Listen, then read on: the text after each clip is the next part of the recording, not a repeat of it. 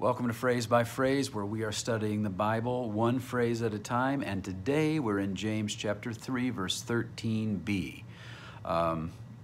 We've been talking about wisdom, and this particular wisdom that James is talking about is very specific when he says that one of the marks of a believer is wisdom. He describes it as the gentleness of wisdom. So notice what he says, in verse 13, let him show by his good behavior his deeds in the gentleness of wisdom. And I think he uses that phrase for a very specific reason.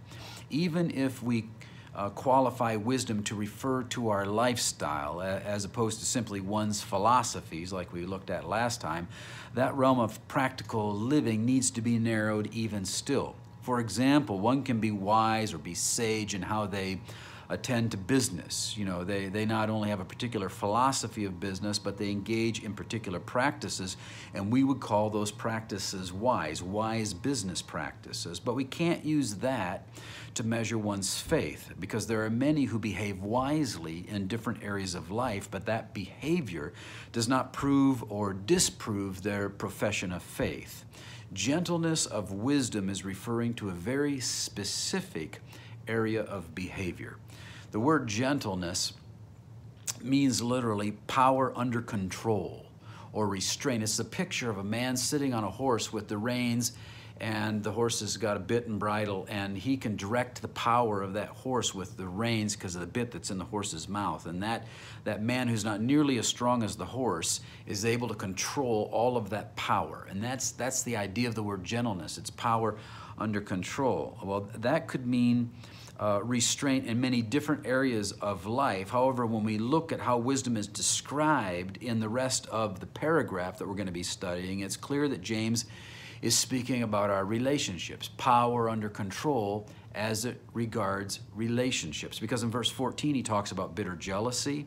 In verse 17, he speaks of wisdom that is peaceable and gentle and full of mercy. And then in chapter 4, verse 1, he talks about quarrels and conflicts that are going on among them. So it's clear from the context that James is dealing with relationships. And what James wants us to know is that there is a difference in our relationships with people who are genuinely born again. Gentleness refers to being able to get along with others by not demanding to have your own way, right? Because it's power under control. So it's not being pushy or demanding, and that's the test of an authentic faith.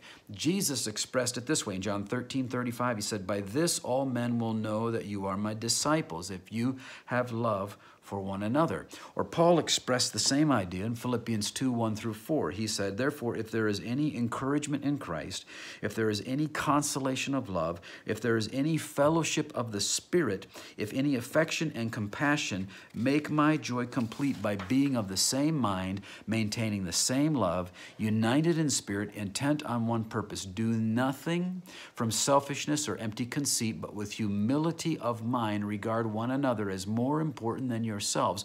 Do not merely look out for your own personal interests, but also for the interests of others." So James is going to contrast worldly wisdom with godly wisdom by showing how each behaves in human relationships. So it should be an interesting study. I hope you join me as we dive into it, phrase by phrase.